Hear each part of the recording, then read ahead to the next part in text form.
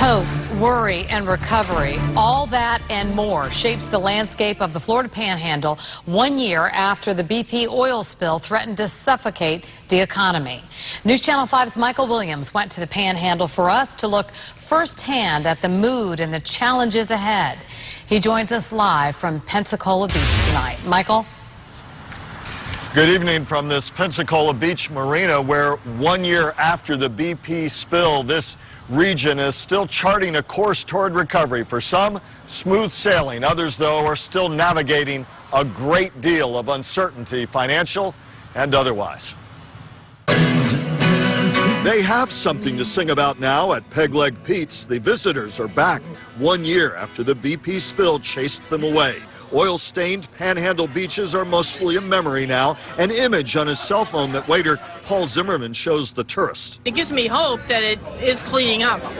But you see what a mess it was for people. It was a mess. Zimmerman lost thousands in waiter tips in the middle of that economic and environmental nightmare. You really didn't know what was going to happen until you got the cap on that thing.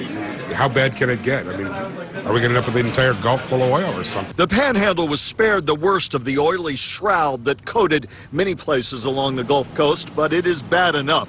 Matt Vilmer's a Pensacola native and now a lawyer suing BP on behalf of clients thrown into economic tailspins here.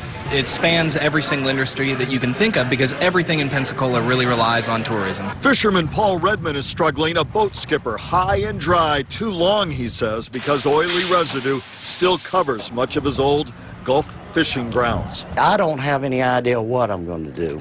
I'm going to have to get into some other industry, unless BP comes through with a decent settlement. Scientists are also complaining, by the way, that millions in money from BP, and remember, it set aside $20 billion for Gulf oil recovery, that millions of that needed for research about the impact of the school on our ecosystem, or the spill, I should say. The impact of the spill on our ecosystem has not yet been released, and it's needed for things like research into how the pelicans are doing, sea turtles, shrimp, and much, much more. The spring and summer spawning season's upon us, and scientists are arguing without that money allocated now, worthwhile projects may not get funded this year. So that, among other things, part of the ongoing red tape concerns here a year after the spill. We'll continue to have more coverage from the Panhandle area tomorrow. For now, reporting live from Pensacola Beach, I'm Michael Williams, News Channel 5.